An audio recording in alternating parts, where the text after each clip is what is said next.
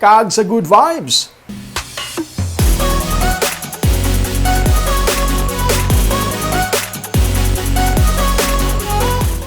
Duha ka mga syudad sa Negros Occidental naghatag sang dungog sa Pilipinas sa bagong ginamang nitakop nga Green Destination Awards sa ITB sa Berlin 2023.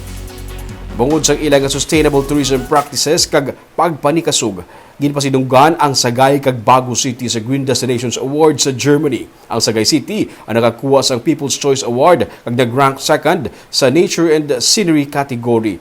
Sa ila sining entry nga mangrove forest protection through community-based ecotourism project. Ang Sagay Marine Reserve kag Suyak Island Mangrove Eco Park ang naghatag sang dungog sa syudad kag sa Pilipinas.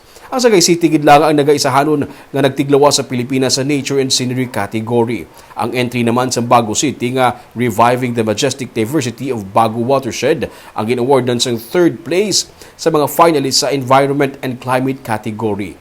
Ang Green Destinations ang isa ka global non-profit organization kagintukod sa the Netherlands para magsuporta sa sustainable destinations, ang negosyo kag ang komunidad. Ang annual event ang nagakilala sa mga pinaka-inspirational initiatives para sa sustainable tourism development gikan sa mga istorya nga ginasubmit sa yearly Green Destinations Top 100 Stories Competition. Sang 2022, ang Watershed Revival sa Bago City ang nadalaman sa Green Destinations Top 100 Stories list.